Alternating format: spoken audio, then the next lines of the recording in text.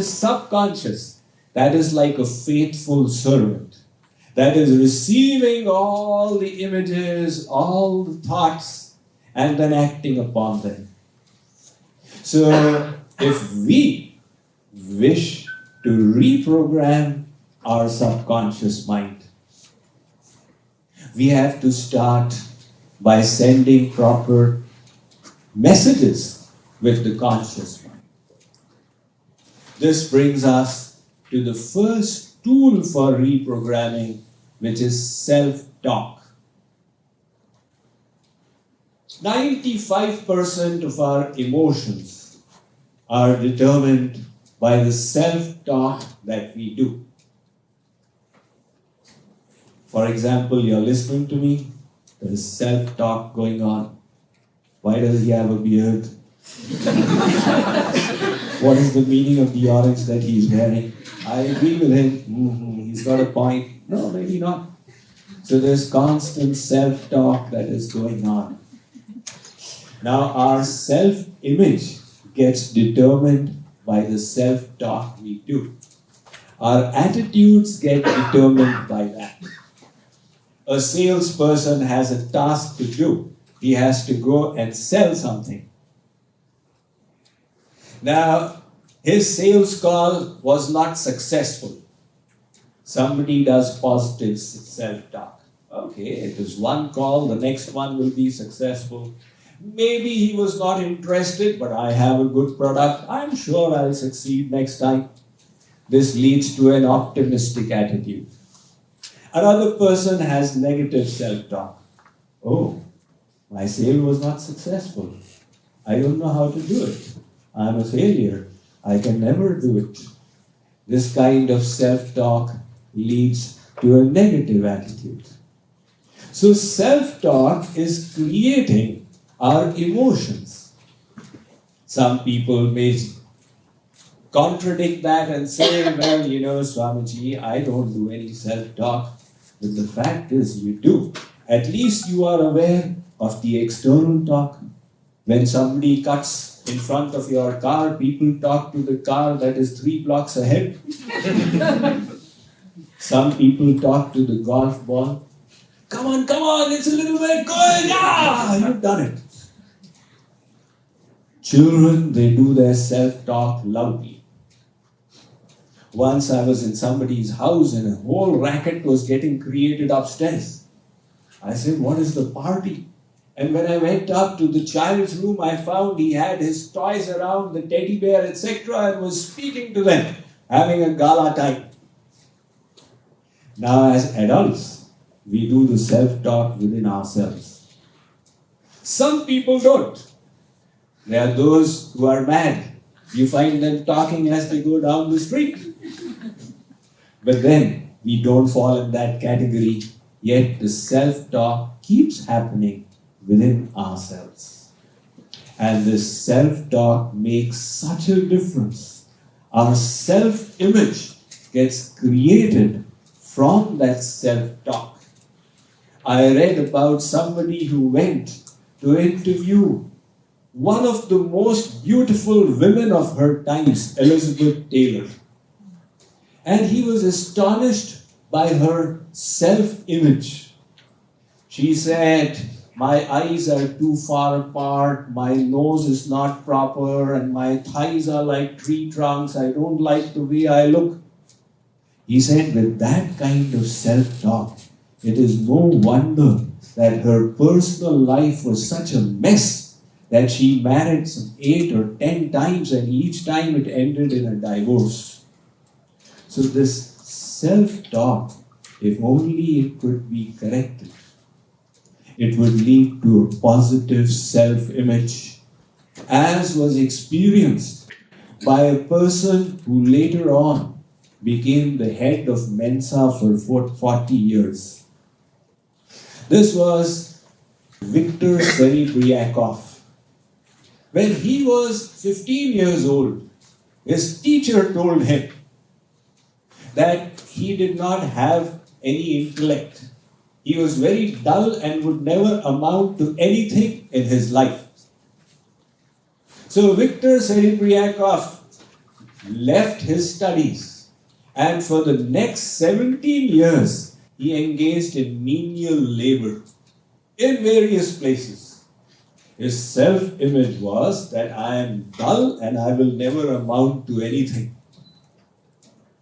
However, at the age of 32, after 17 years, he took an army entrance test. So they also tested his IQ. And they had a scale up to 161. So his IQ went way beyond. That means probably 1 in 50,000 or whatever. So they said that at least we know he's more than 161. That completely changed his self-image. His now self-talk was, oh, I am so intelligent. And the consequence was that he joined the Mensa.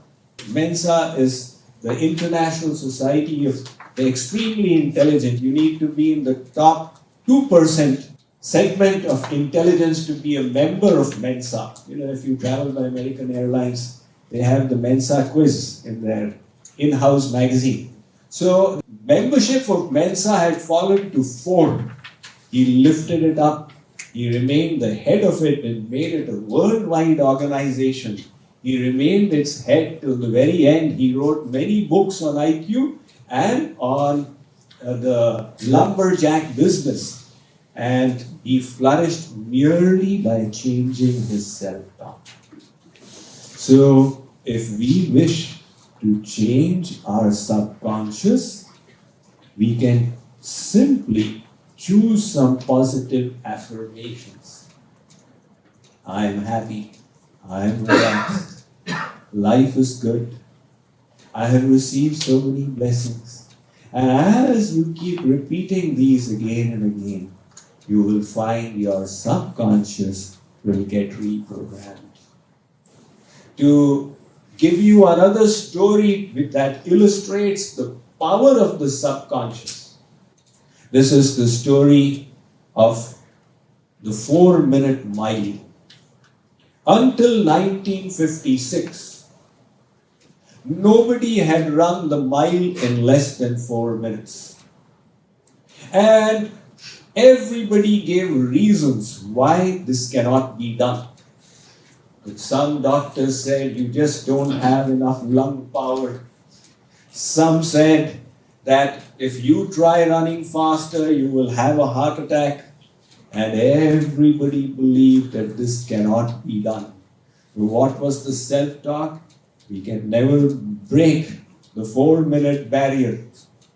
And then, in 1956, there was a student of athletics called Roger Bannister. He said, I will break it. People discouraged him. Your timing is 4 minutes and 6 seconds. But he said, I will definitely do it. And the day he broke that barrier and ran the mile in less than 4 minutes, everybody's self-talk changed. Yes, it can be done.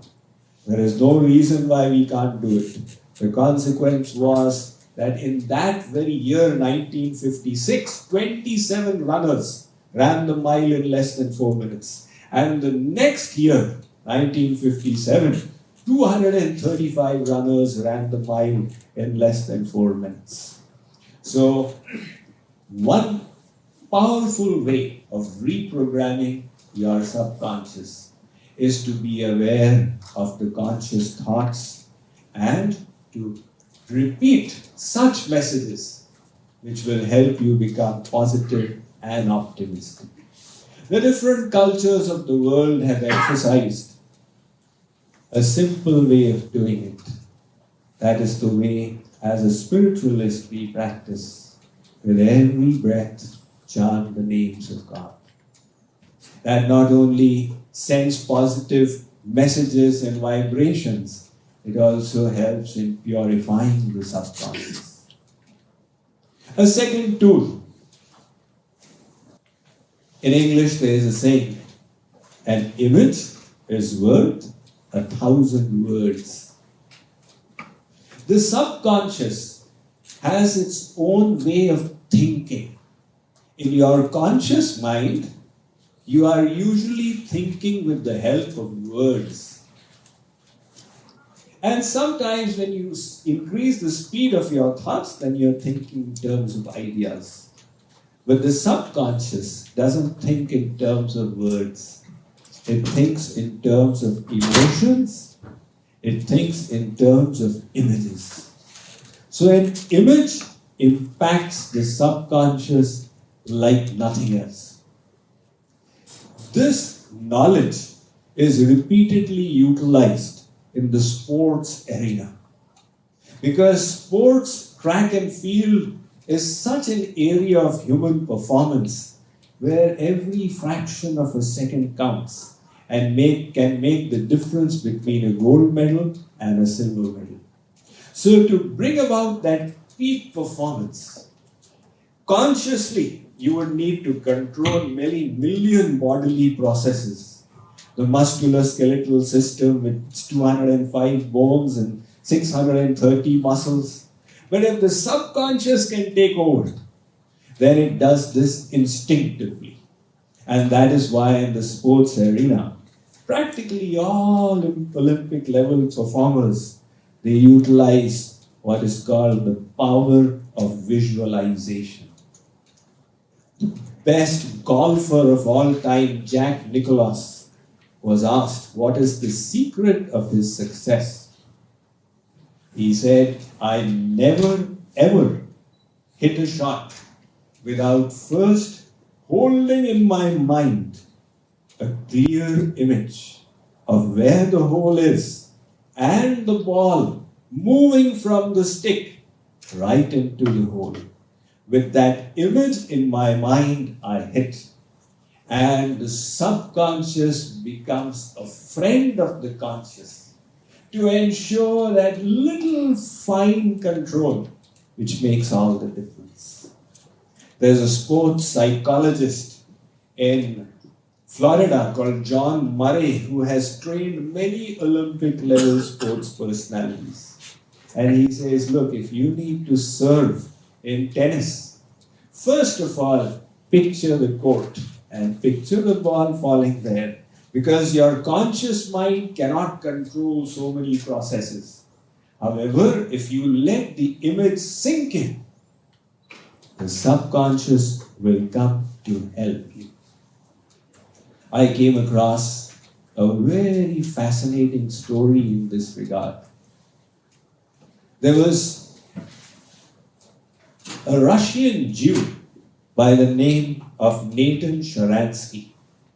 He was wrongly accused of being a CIA agent and put into the worst Russian jail, the Siberian jail. So he describes that for 400 days he was in a little cell that was 5 feet by 6 feet. Now, without any scope for activity, there's a strong chance of body and mind degenerating. In order to keep himself in good condition, he thought of some mental exercise. So he would play chess in the mind because that creates a tremendous mental exercise, keeping the 64 squares and all the pieces. So he used to play chess as a child. And he said, let's do this every day. And with whom should he play in his mind? Why not play with the best person? At that time, the world chess champion was Garry Kasparov. But every day, he would play with Kasparov in his mind and defeat him. Subsequently, when Bill Clinton became the president, on his request, Nathan Sharansky was released from jail. He went and started living in Israel, where he became a cabinet minister. A little later, Garry Kasparov was on a visit, and he played a demonstration match in Israel. So these grandmasters, they have 5 people, 10 people against whom they play. He had 5, and one of them was Nathan Sharansky. Garry Kasparov defeated 4 of them, world chess champion. But one person defeated him, and that was Nathan Sharansky. Later on, reporters asked him, how did you do it? He said, I was defeating him every day in my mind. For me, it was just a replay of what I had practiced again and again in my mind. And this was the power of visualization, which had created in the subconscious this conviction that yes, even the world chess champion can be defeated. So, in reprogramming our subconscious, if we utilize the proper kind of imagery, it can make all the difference, as was the experience of an American philosopher called Norman Cousins. Has anybody heard the name Norman Cousins? He has written a book called Anatomy of an Illness. In the 1970s, he was diagnosed with leukemia, blood cancer. And he decided that I have learned about mind control. Let me utilize its principles. Every day, he would visualize millions and millions of his WBCs, white blood corpuscles, attacking the cancer cells, eating them up. This was his daily practice. And the power of visualization unleashed the strength and the potential of the subconscious. The subconscious took over, brought about the required physical processes. He continued to live for another 20 years, and that's when he wrote this book, Anatomy of an Illness. So it is a fact that images impact our conscious and subconscious far more than mere words. Very often, people make New Year resolutions. They write their New Year resolutions in the diary, but then they are promptly forgotten about. Somebody went to the gym on 7th of January and found there's such a huge crowd. All the machines are full. So he asked the manager, what's going on? The manager said, sir, don't worry, these are the New Year resolution people. They'll clear off in another 1 week. So we make our New Year resolutions, and then they are promptly forgotten about, because those resolutions are conceptualized in words that are written in diaries. And if we took one step further to visualize it as well, and to allow that image to sink in, it would not easily be forgotten. Before the days of email that was started by you all, we used to have the snail mail. And I remember so many times in college forgetting to post this snail mail. Yes, when I go walk to the institute building, I need to post this letter. And then I would realize that 10 days have gone by. Every time I say I'll post, but I forget. But then I thought of a trick. Okay, let me visualize the letter is huge. So in my mind, I had a huge image of the letter and that little post box, and I'm putting this huge letter into the little post box. I just held that image in my mind for a few seconds. It would not go easily, because images, like the saying is correct, that an image is worth 1,000 words. This was a scientifically researched finding at the Michigan State University, where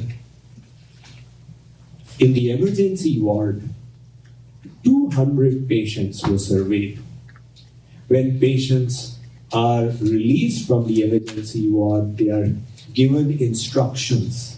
So half the group was given written instructions and also explained what is to be done. The other half was given written plus visual instructions and explained what is to be done. After 15 days, the researchers rang them up to find out what percentage of the instructions they remembered.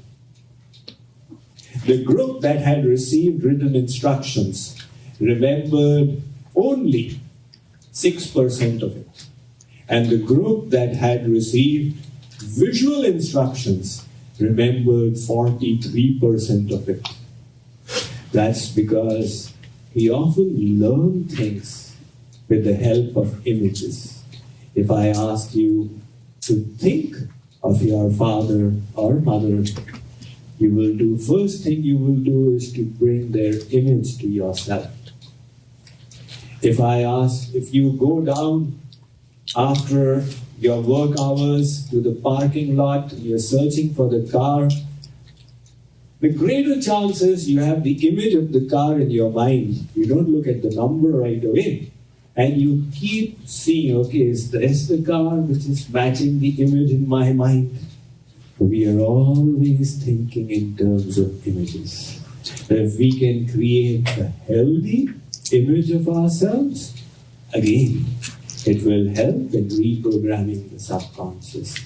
This is utilized in the spiritual field, where they say, in your meditation, you bring an image of the Supreme in any way you wish, and make that as the basis for cleansing your inner being and for attaching your mind to that. So the same principle of visualization, if you wish to make spiritual progress, or if you for your material fulfillment, happiness, prosperity, and well-being. But this is the way the subconscious works, and this is the way it can be programmed with self-talk, self-affirmation, and visualization. Thank you all very much.